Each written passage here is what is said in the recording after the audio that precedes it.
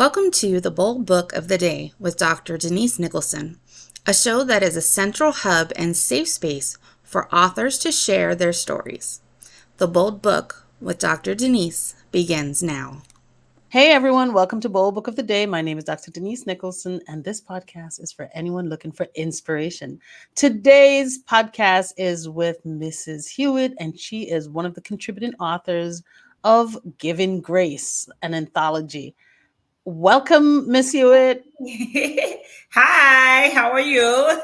Hi, everyone. I am so happy to have you. You have an incredible story, and it's really powerful and deep. So, what inspired you to share this story with the world?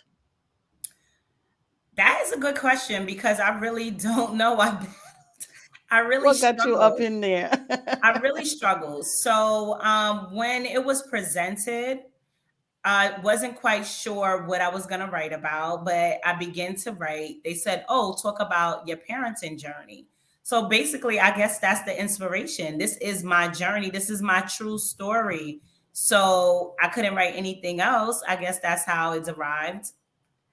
That's right. So, you were writing with a group of women, or no, you weren't really writing with them, but you wrote a book and put it together with a community of women. Tell me what was the most fearful part of being in that writing process for, a book that other women are going to be a part of. So, full transparency, the fearful part for me was because I'm private, right? Less is best.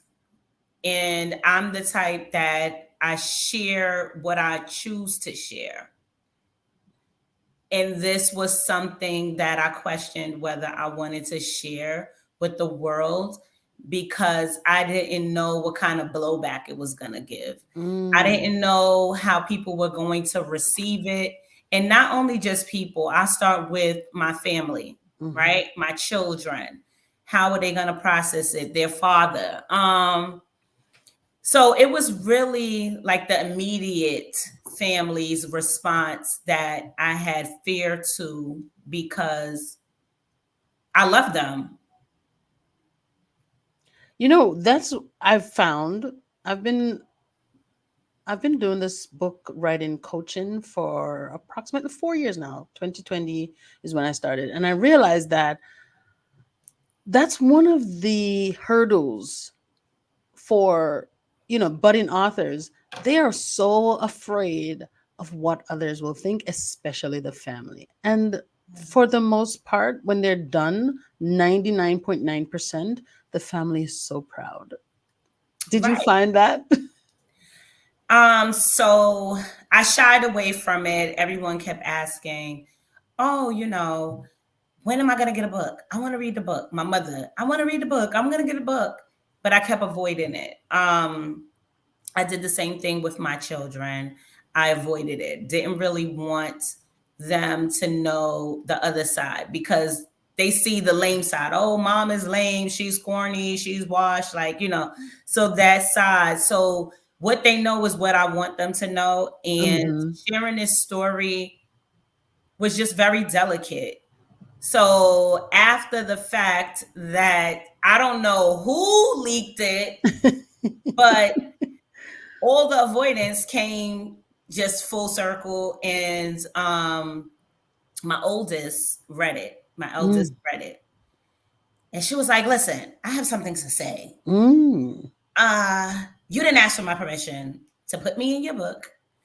And I don't know about this, how I feel about it." And after sitting and having a conversation, because that's what ended up needing to happen, because she just didn't understand my story or my perspective. And it was just one little part. It wasn't nothing major that she was against it, but she just needed understanding and better clarity as to why would I put that part in there. And it had to do with her in the part, right? So I explained it to her. She was like, "Oh, okay then. Well, all right. Now that you explained it, it makes better sense." Okay. Was it something that she knew before, or was it just revealed at that time? So you know how they say everybody has a different side to one story.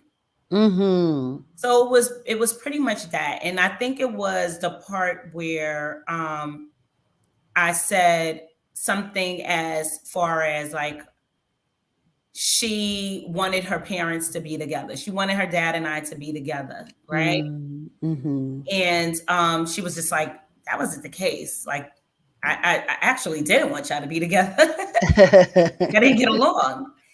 And Mm-hmm. so I was really refreshed that she said that. But she was just Mm-hmm. like, why would you put that in there? Because I don't think I've ever expressed that to you. Oh. And I said, well, that's what I received from the behavior. But she said what was bothering her was the interaction that we was having, and we was kind of putting her in the midst of it.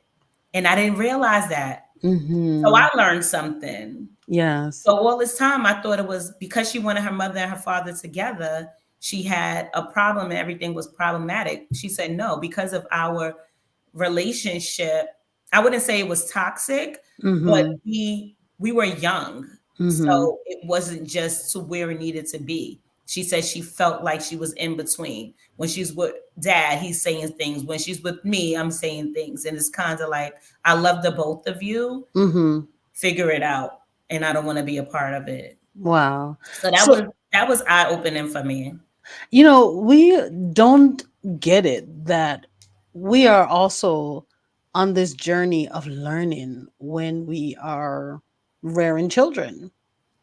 It's like you you're put in this role to be guardian, parent, nurturer, and you're wearing so many different hats, and then you forget that it's also a learning process for you.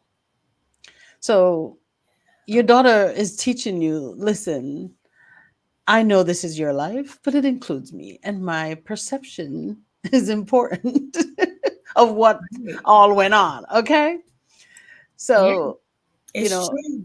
we have to just remember that as we are parenting, that, it's a learning journey.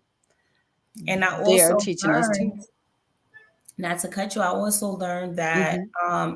in that moment that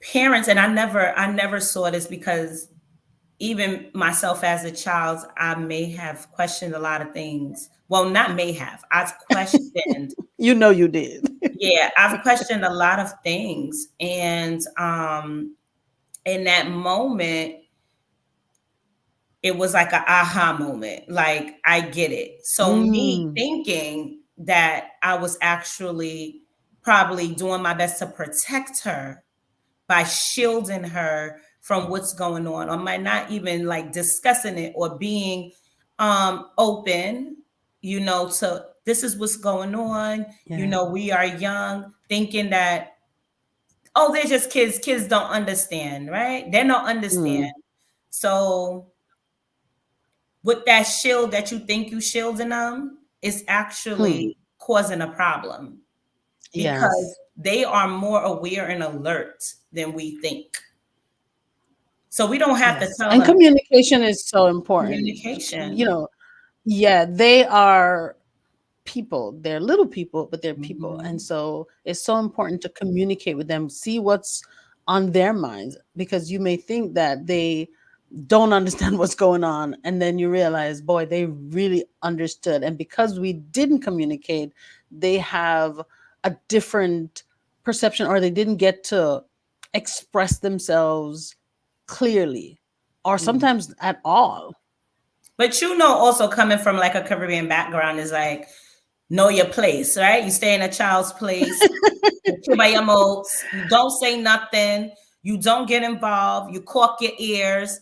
So it was kind of like, Those um, days are gone, they're gone, gone, gone, gone. but guess what? Yeah, They're but still that's how we embedded. were raised. They Yes. embedded in me. So I'm thinking Mm-hmm. that, like, I don't care what you thought you saw, you didn't see anything.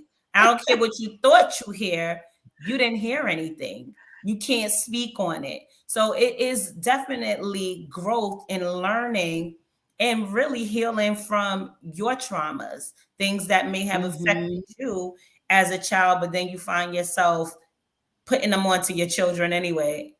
and you didn't like it. So Right. it was just like a learning curve. It really was very enlightening. Your story is incredible and powerful and deep. And the journey you described really involved a lot of ups and downs and challenges and moments of growth. What was the most difficult part of your growing journey? My most difficult part was being a single parent. Mm, I never wanted to be a single parent. I saw what mm, it did to my household when my father was removed from our mhm, household. I saw mhm, the shift, I must say, and it affected every last one of my siblings. It affected us all. mm, And it was very important that when I chose to, well, first of all, I didn't even want children, right? So we mm, started there. Didn't want children, mhm, ended up with the first one, and it changed my life. God mhm, like awakens me. I mhm. saw life from a different pair of eyes, Oh, wow. right? And her father was raised differently, and he comes from a home with mother and father in home. So kind of like your story, I ended up living with them, Mhm, right? So I ended up getting a different set of parents from what I was brought up in and used to. mhm, So I see things differently. And I just knew I wasn't ready then, but I knew if in the event that I was to ever have another child, mhm, I was never going to be a single parent, meaning that I didn't want to do it out of wedlock because her father was like that. He wanted to get married mhm, because that was what you do.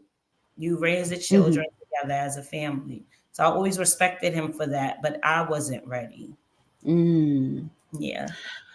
So you weren't ready because you saw that it was different in your household. Your father was removed and you developed, you know, a relationship with your mother and just thinking that maybe she is, you know, the the rock and women can do this by themselves. And did that influence your decision? Like, I don't have a father. We didn't need a father. Are you, because you're telling me now that after the fact you thought, okay, it shifted everything in our household and also in our family, all my siblings. You can see the difference in everyone. But did that, him not being there and you just being raised by your mother, affected you saying no to this proposal? Well, this is like a little inside fact that I've never shared, Oh, I right? love inside facts. Share Um it. so I didn't feel that way. I didn't feel like, oh, strong black woman, she can do it and I can do it. I never once felt that way. I Right. I knew the importance of having dual parentship.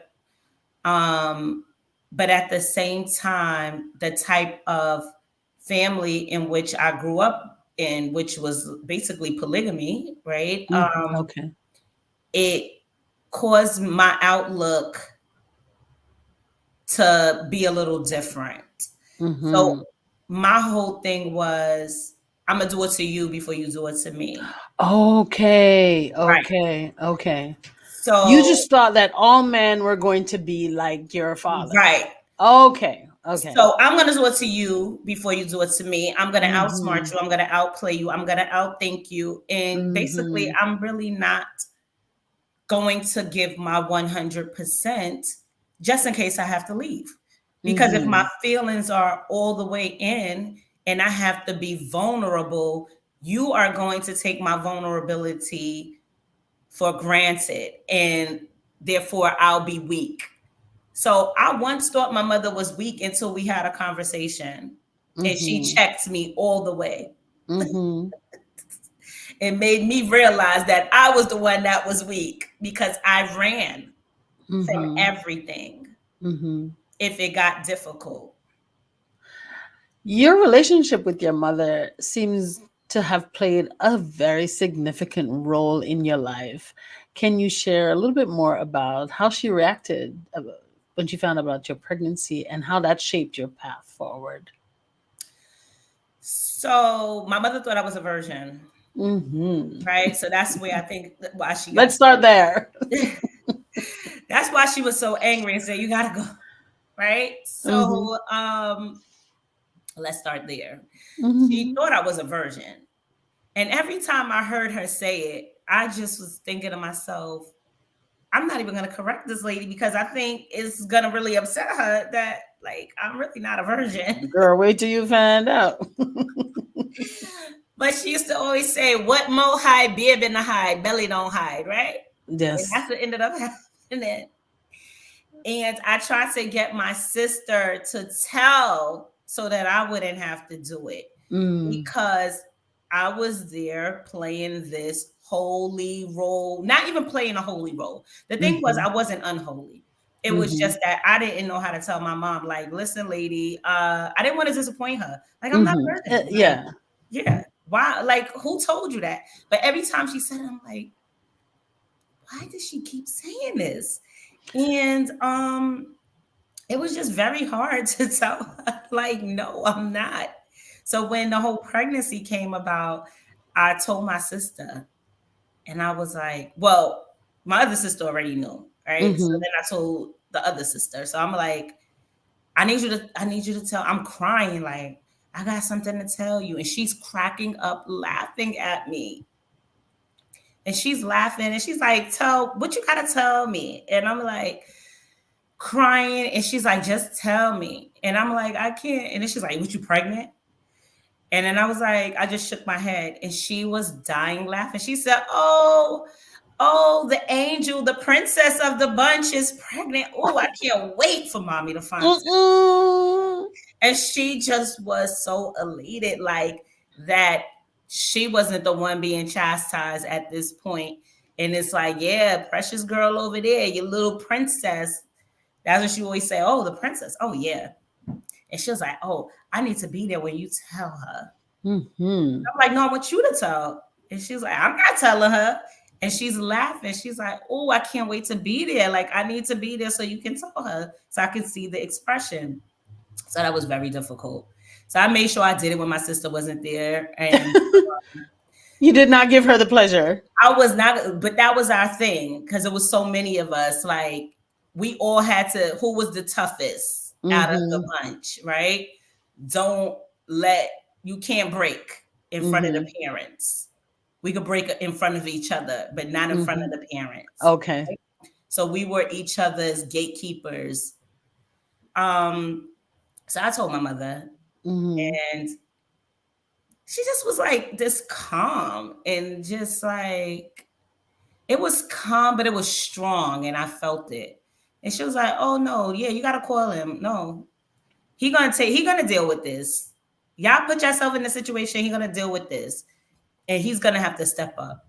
Yes. And she forced us to have to step up. And I don't know if that was, I don't know what that was. That pissed me off. I'm gonna be Hmm. honest. That really, it really made me angry. That she stepped in and say, "Oh, he need to step up." Yeah, she was like, "You gotta go. You gotta go live with him." And I remember when she called Oh, is that what him. she said? That Yeah, was the conversation. That okay? Now you're pregnant. Call him. Y'all have to go yeah. deal And with he it. came. Meaning you have to go live with him.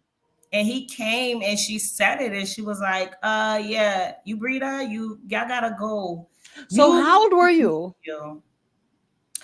I was at that time I was 18 because I had just graduated high school, and I found out I found out immediately. Yeah. Mm. So you must have been pretty scared to go out there and start a whole new life.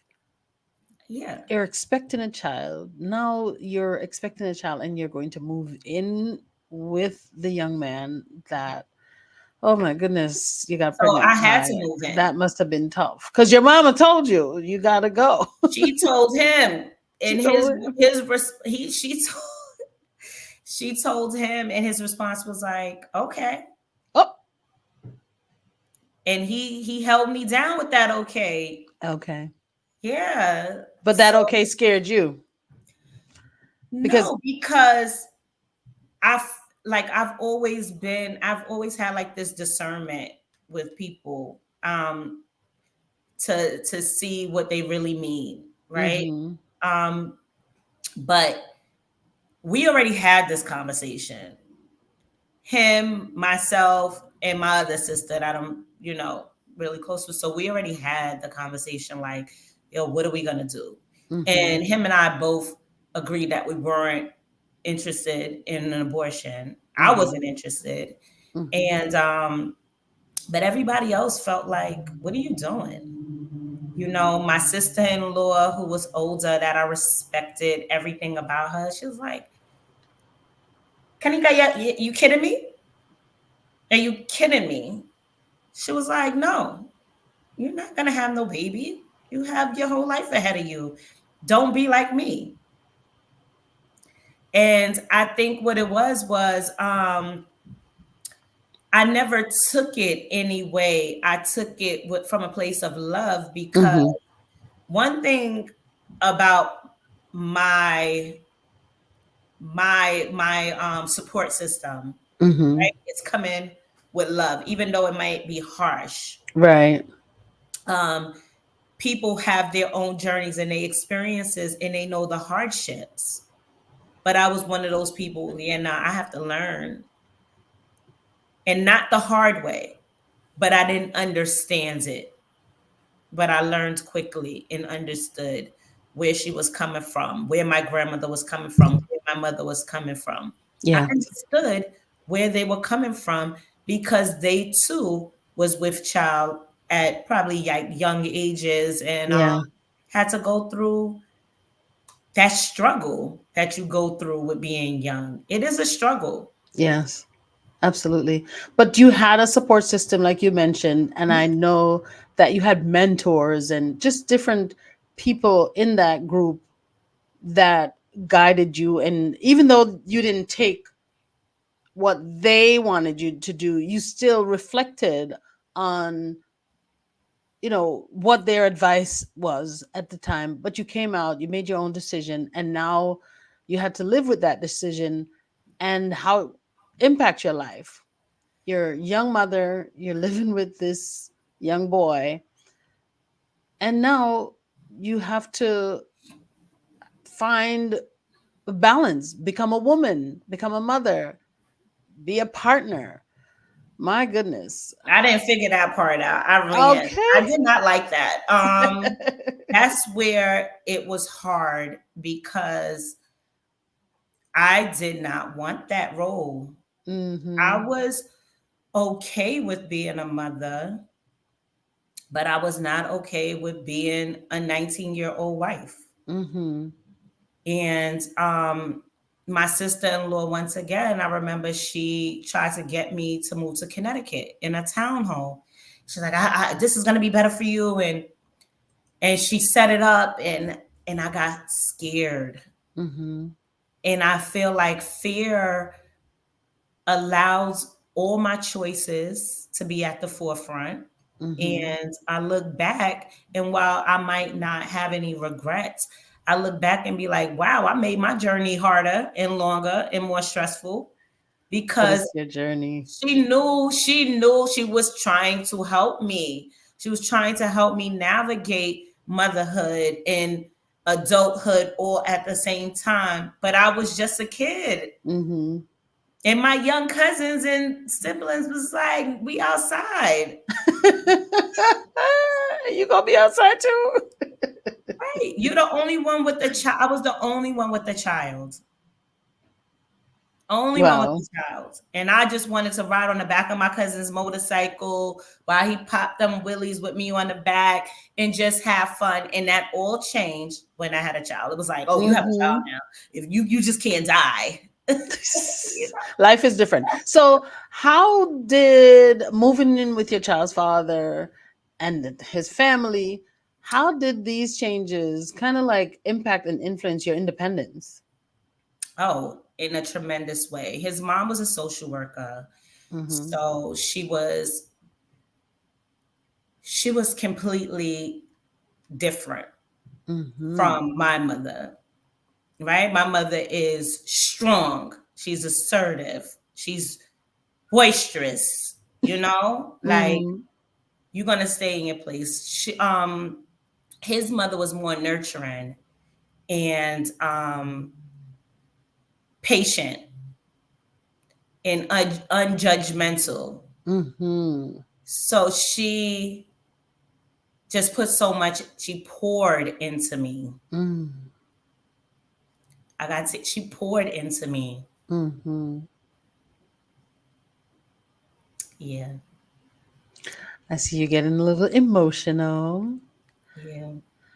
And that's beautiful that, your creator knows you so well. He knew exactly what you needed at that time. And even Right. though you were young and your mother said, okay, you guys have to face the consequences of your Yeah. decisions and learn to co-parent and live together and co-parent. But his Mhm. mother, and that was, your mother, that was the best decision that she could make for you at the time. But then God put you in a place where you found some nurturing. Even though you had that strong rough mother, you still had the balance of this nurturing woman that poured into you. And look at you now, because of the mission of pouring into you that God gave to her, because that was her being obedient, to God, directing her to be kind, give you grace. Well, she And was in that position probably. hmm, My mother set the foundation for me to yes, even have the strength to endure that. So I yes, don't ever take away from that. Like yes, my mother's strength and her spirituality was poured into me. She gave me yes, the tools that I needed, um, to be there for my child, to not want to quit or run away from hmm, problems or any hardships. So yes, it was definitely a balance. It was yes, definitely a balance. And my mother, I always knew my mother's gonna have my back, period. right? Period. She's gonna always have my back. The moment I Yes, say, "Ma, I need to go," she's gonna be there. yes, So that's just basically what it is. But God definitely brings forth who you need at that time in those situations. And I realize that now looking back. But at the time, I really just kind of went with the flow. mm-hmm. Um, we are Hebrews, so we did not share a same room. So that was tricky. Oh, really? We could not cohabitate. No. Even though you were already pregnant at this time. Because it was like, no, while I was pregnant, yes, we could. Okay. When I gave birth, it was like, no, you're not going to bring another one in this house. His father said that. His Oh. father was the stern one. But then you had a second pregnancy. That was years later, almost Oh, a okay. decade. Yeah, How right. did the second pregnancy um how did you manage the second pregnancy? Because I know in from the story you had some conflict and some reflection. How did you manage that? Right. So in the story, I share a little bit, like, how I transitioned from that one relationship because I was young. Mhm. So, I went my separate ways and so I could be outside. Yeah. Period. And I was outside and I started dating and I loved it.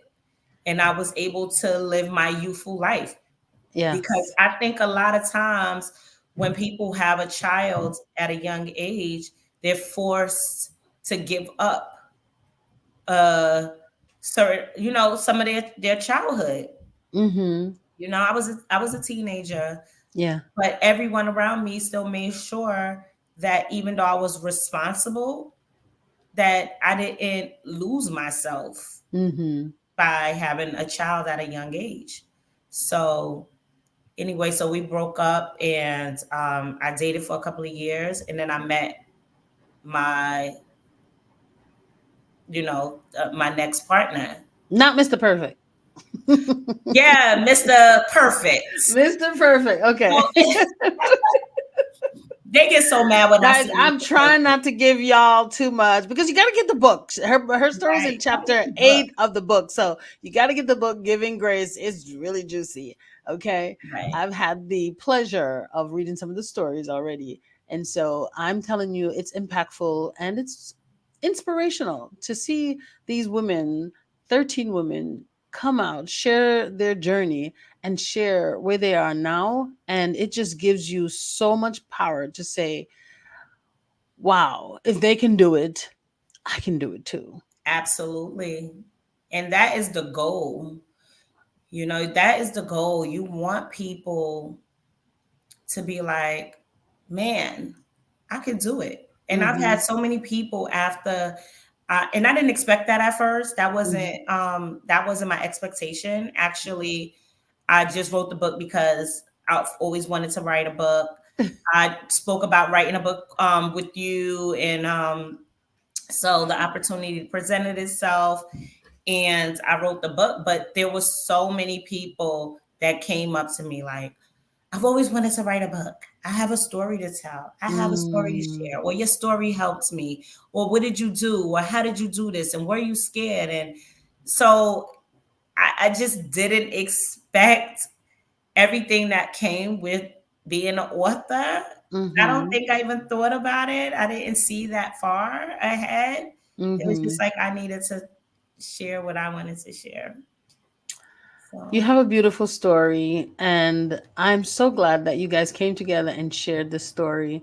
And I'm so glad that, you know, you guys are putting in some work to get it out there. I want you guys to really, have your book launch. I know you had a book launch, I did. and I want you to continue putting it out there because your story, I've said it so many times, your story is there to help someone else. We live through these experiences and it's not just for ourselves. We've learned some lessons from it, and the experience has certainly stretched us and made us grow in areas that we didn't even know that we needed to grow in. But So your story is really for the person that is out there. I liken it to a person that's in the deep end of the ocean and they need a lifesaver. And your story is that lifesaver. It is there to help someone see that I am not the only one in this position. I'm not the only one that has ever found myself in this position. Because there's a young woman out there going through some of the similar things that you've been through, but right now she's feeling all alone. And then your creator with his wonderful magical self is going to get that book, that story in her hand because you put it out. You took it outside of you, and so now he can get it into her hands, and that's the power of God. So I'm so grateful that you were obedient. Even though you were afraid, you still moved in faith, and you got that book out there, you got that message out there, and now it could be in the hands of so many people because it is a lifesaver. It will give someone else hope and inspiration. So I'm so glad that you were obedient and you did that. Okay, you did that. I did that. I did that. I did. I did. And I'm happy. And even though, and this is for anyone who is listening, even when I was afraid or scared or Hmm. fought against it, the excitement always overshadowed that. 'Cause I was excited and scared all at the same time. And there's a saying that says, when Hmm. you're scared, you jump. And I dived in. I was like, no, Hmm. I'm doing this. Do it anyway. I'm gonna do it. And I did it, and I'm glad I've That's done right. it. And I'm ready to go further and see how far it could take me because I didn't think this far. I didn't think that it would touch other people. I didn't Hmm. think this far. What did Denise Nicholson? I didn't see it. I didn't see it. It was just But really look how far you've come. yeah. Look at Your me. journey, your healing journey is also important and inspiring. You're just, you decided that, I have to look deep in within, and I have to be a different woman. I have to transform. Can you talk about that pivotal moment? Yeah, so that pivotal moment came when people started to come up to me and say, your story touched me. Mm. When my niece, my great niece, um, I was giving her a ride home from college from the bus station, and she shockingly said, Auntie Kanika, I read your book. And I was a Mm-hmm. little embarrassed. I was embarrassed because I'm like, oh my goodness, I didn't want these young people to read my book. Mm-hmm. And it was at that moment, that conversation, where I Mm-hmm. knew right then and there that I did a great thing. And Yes. I knew it. She said, I never knew these things about you. It was Mm-hmm. good to know what you went through. Mm. And I don't ever want to go through that. So you are helping me look. But it was, she just had so much, but it was pure praises. Yes. And it was the grace that I really, really, that was all I wanted, was that grace. Wow. So you wrote a book, wrote a chapter in a book called Giving Grace, and Yes. you have received a lot of people giving you grace. Yes. The And power of our I've given words. myself the grace that I needed as Yes. well, for beating Yes. myself up for all those years, for the things, the choices, the decisions that I felt like, oh, maybe I could have did this better or this differently, or why didn't I do this, or why didn't I listen to my system, or all the whys. But it's like, why not? If I didn't go through all those things, I wouldn't be probably here sitting on your platform with this giving That's grace right. book. Because it's your journey. And so it's what God wanted for you to go through. And although you're thinking now, oh my goodness, why didn't I? Or you have thought about why didn't I listen? That's because you had you God speaks through us. He speaks to us through us. So you had that intuition to go to this path that God wanted you to go through, that was ordained for you to go through. So that's why, you know, and your children are here because you I believe listened to it. your intuition and not any other person. So I love it, and I'm so grateful that you you've been connected. You've been connected to your creator, Yes, I and you've agree. been listening. So anyway, there are three questions that I love to ask all of my guests, and I know that I could talk to you forever. I love just sitting down and just having a good conversation with you. But I know you're gonna come back when you have your book, okay? When you have your own book that you're Yes, not which is not a compilation, this is a great start though. I really am so grateful that you shared. You started with your message, and now you have a even broader message to share. So I want to also ask you for one, before I get into the three questions that I like to ask the guests. If there's a woman out there, or a young person out there that is going through something similar, what would your message be to her right now? what my message be? It would be to just sit in solitude, right? And really listen to the innate voices that's telling you how to move and how to navigate. Yes. Your friends' stories is not your stories or your journey. The outside noise that tends to influence our paths, Mm-hmm. that's not what it's going to be. You have to really listen to your gut, because your gut is not going to steer you wrong. Mm-hmm.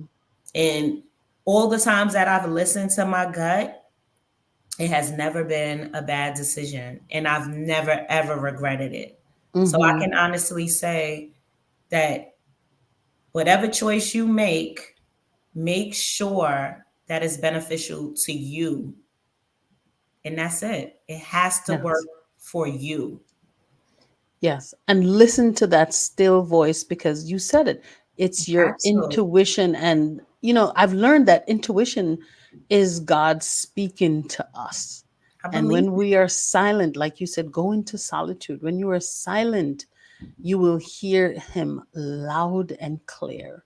And you can make good decisions or the best decisions for you at the time. Because, sometimes our good decisions or the best decisions for us at the time don't feel good when you're in it. Okay. But when you practice being silent and just listening, you'll find the answers. So It's that's true. good advice. And I sat quietly. I didn't tell anyone that I was going to write this book. Hmm. And most of my decisions that I made when I was sitting quietly and speaking to the Most High and not speaking to a friend, those were my most successful moments. So now tell them about the book that's coming up from you next. It's definitely going to be another book. All right. This has definitely I'm lit holding you that to it. fire. It's going to be another book. All right. There are three questions that I like to ask all of my guests. And number one is, what's one bold promise that you can share with the audience? One bold promise is that there's going to be another book. I'm telling you, this is not a one hit wonder. You're going to hear from me. You're going to see me. I'm going to be in your face Yes. boldly, You heard it here first. boldly, like that bold printing, right? As you said, Yes. right? That bold print, right? What's a bold statement you can share with the audience that will cause a paradigm shift? I thought about that. Hmm. When you're afraid, jump. For real. Mm, When you are afraid, jump. do it afraid.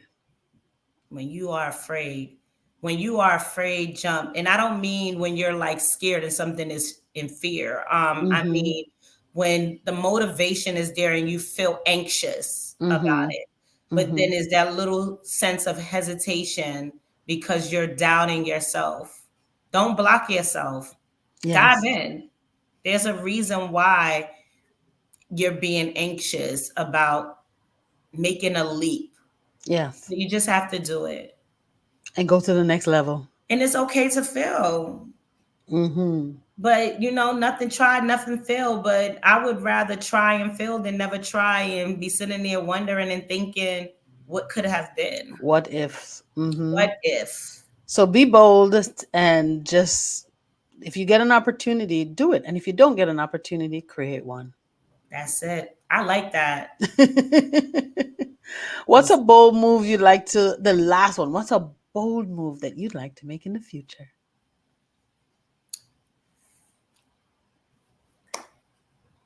Listen, you see your platform? Mm-hmm.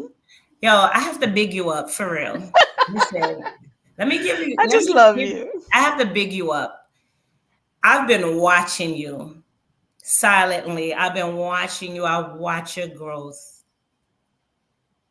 You are definitely one of my motivators. So yeah, listen, I'm Team Bold Publishing, and you're gonna see me. Listen, I don't listen. I'm throwing it out there. You're gonna see me.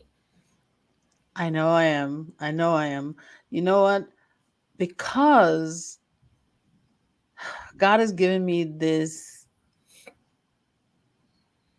dream of making a big difference in my family. My family is pretty good and they're doing well, but I want us to get to a different level. And God has given me this big dream. And because I am obedient, He is already leading me step by step.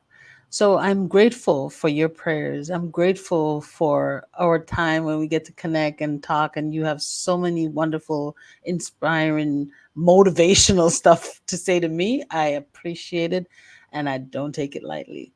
So thank you so much And for, vice always. versa, because you have helped me in so many ways as well with saying things. You can do it. What are you waiting for?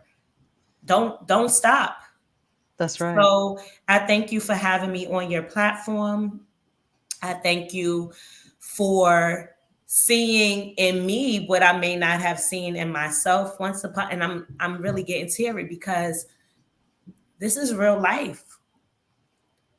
I've watched you and you inspire me.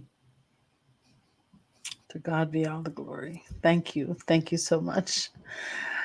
Oh my God, I can hug you. Receive my hug. Receive my Right. hug. Love you so much. So continue to pour into us so Mhm. that we can pour into others and we Yes. continue to pay it forward. Amen. Because just like you, I want the same thing for my family. Yes. So if I Yes. have to carry the burdens, I was okay with that. But I'm here now. Yes. Right. We're doing it. We're doing it. That's it. Thank you. Thank you. Thank you. Thank you for coming. I know, we had to make this happen, but thank you so much for coming and thank you for your time. And how can the audience connect with you? So you can reach me on my Instagram platform at Mhm. um, Giving Grace by K Hewitt, Mhm. I should Mhm. say, K Mhm. Hewitt. Giving Mhm. Grace by K Hewitt. That is on Instagram. So that's where you can find me now. There'll be more to come where I have another platform, but that's when I get another book.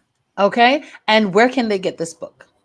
You can get this book from me personally. So you can hit me up in my inbox on IG and it will get to you. That's right. That will be the one way to reach me with this book. Okay. Yes, guys, please go out there and support the story Support. of, yes, because this story it's really impactful, it's important. And her chapter is chapter 8, This Lifetime by K Hewitt. It is a wonderful story. It is going to change your life. I want you to read everything. I was trying not to give y'all too much, but because I want you to go out there and read it yourself. So thank you for listening. And Right. if you would like to write a book but you don't know where to start, check me out. Check out my website, boldpublishings.com, and schedule an appointment with me. I can help you get your book idea out of your head and turn it into a published book so you can make some money, honey. Bye Take that leap. bye. Thank you for joining us for the Bold Book of the Day with Dr. Denise Nicholson, a central hub and a safe space for authors to share their stories. Follow Dr. Denise on Facebook and Instagram at Denise Nicholson or go to denisenicholson.com.